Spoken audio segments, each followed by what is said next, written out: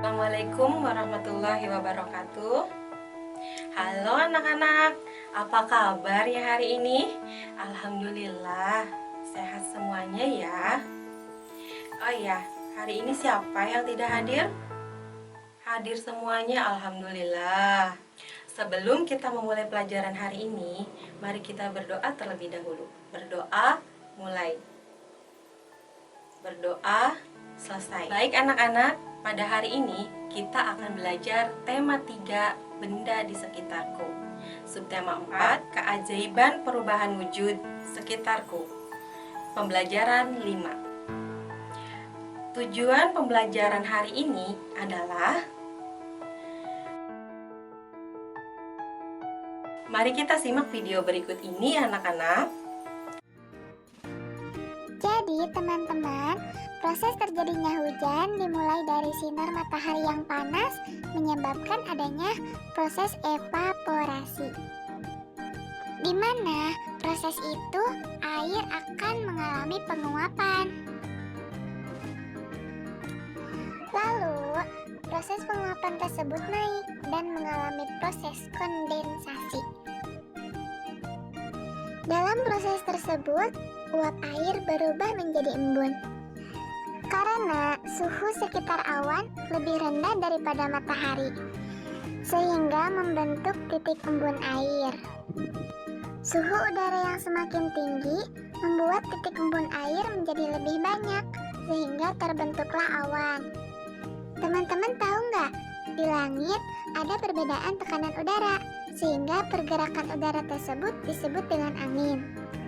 Angin tersebut kemudian membawa awan yang mempunyai titik embun ke suhu yang lebih rendah.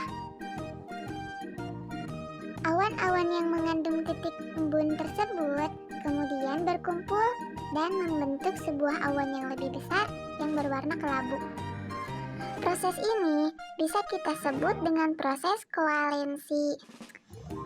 Nah, sekarang teman-teman gak heran kan? Kenapa kalau mau hujan, langit selalu mendung dan selalu banyak angin? Lalu kenapa butir-butir yang ada di awan bisa jatuh ke bumi? Jawabannya ada dua teman-teman. Yang pertama, karena kondisi awan sudah tidak mampu menampung air. Yang kedua, karena butir-butir air tertarik oleh gaya gravitasi bumi. Oleh karena itu, butir-butir air jatuh menjadi hujan. Tapi teman-teman, setelah air hujan jatuh ke tanah, tidak semua menyentuh permukaan loh. Ternyata ada sebagian air yang menguap kembali ke atas menuju awan. Kenapa bisa begitu ya? Karena air menembus lapisan atmosfer yang lebih hangat di bawahnya, maka ada beberapa butir air yang menguap. Selama air membuat kondisi awan jenuh, maka hujan akan terus berlangsung. Jadi teman-teman, sekarang kita tahu bagaimana proses terjadinya hujan. Oke anak-anak, tadi kita sudah memahami proses terjadinya hujan. Sekarang, mari kita mengamati gambar berikut ini. Pada Ayo Mengamati, Siti hendak pergi ke rumah teman untuk mengerjakan tugas. Saat itu, hujan turun dengan derasnya. Siti menunggu hujan reda. Hujan turun sejak pukul 07.15 pagi dan berhenti pukul 09.10 menit. Berapa lama hujan turun? Kalian perhatikan gambarnya ya. Hujan turun pukul 07.15 menit, kemudian hujan berhenti pukul 09.10 menit. Lama hujan turun dari pukul 07.15 menit ke pukul 8 itu 45 menit. Dari pukul 8 ke pukul 9 itu 1 jam. Dari pukul 9 ke pukul 9.10 menit itu 10 menit. Jadi 45 menit ditambah 1 jam ditambah 10 menit sama dengan 1 jam 55 menit. Jadi hujan turun selama 1 jam 55 menit. Kemudian Udin pergi ke sekolah diantar ayah. Udin berangkat pukul 06.25. Perjalanan dari rumah ke sekolah membutuhkan waktu 30 menit. Pukul berapa Udin sampai di sekolah? Pukul 6.25 menit. Ditanyakan pukul berapa, lamanya membutuhkan waktu 30 menit. 30 menit setelah pukul 06.25 menit adalah 06.55 menit. Udin sampai di sekolah pukul 06.55 menit. Sekarang kita simak video berikut ini. Nah, pembelajaran hari ini kita akan mempelajari tentang penjumlahan dan pengurangan waktu. Penjumlahan waktu terlebih dahulu ya yang akan kita bahas. Bukalah latihan soal buku paket tema 3 halaman 221. Contoh soal yang pertama. 2 jam setelah pukul 08.00 adalah pukul titik-titik. Nah, kita tuliskan terlebih dahulu ya. 08.00. Nah, di soal tadi 2 jam setelah. Maka kita tuliskan 2 jam itu 02.00. Setelahnya maka ditambah. Kemudian kita tambahkan. Nah, 08.00 ditambah 02.00 adalah 10.00. Jadi 2 jam setelah pukul 08.00 adalah pukul 10.00. Contoh soal yang kedua. 4 jam setelah pukul 06.20 adalah pukul titik-titik. Kita tuliskan terlebih dahulu. Pukul 06.20. 4 jam setelahnya. Maka kita tuliskan 04.00 ditambah. Kemudian kita hitung. 0 tambah 0, 0. 2 ditambah 0, 2. 6 ditambah 4 adalah 10. Nah, kita tuliskan.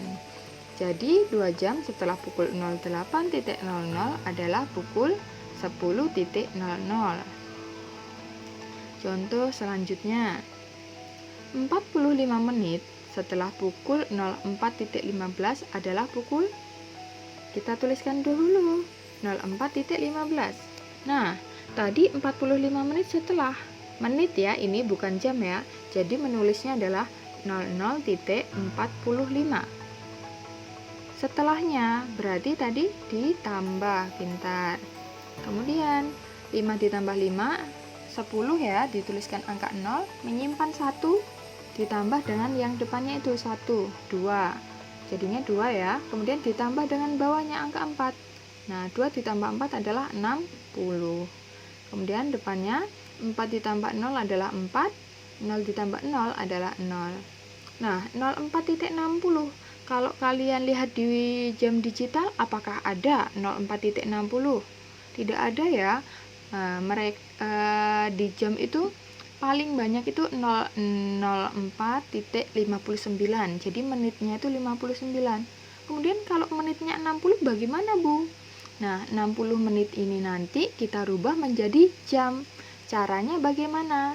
Caranya adalah kita kurangi dengan 60 menit, tetapi di depannya kita tambah dengan 1 jam. Ya. Oke. Jadinya adalah 0 kurangi 0, 0, 6 kurangi 6, 0, 4 ditambah 1, karena tadi dikurangi 60, maka menjadi 5. Nah, maka menjadi pukul 5. Baik, setelah kita belajar berhitung tentang lamanya waktu, kita mengamati gambar berikut ini.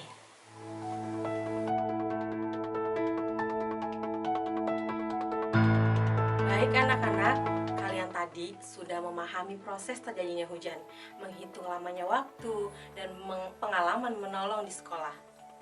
Bagi yang belum memahami, kalian dapat memutar ulang video pembelajaran ini. Nanti jangan lupa klik untuk mengerjakan tugas pada Google Form. Cukup sekian dari Ibu, kita akhiri dengan membaca doa. Berdoa, mulai. Berdoa, selesai. Wassalamualaikum warahmatullahi wabarakatuh.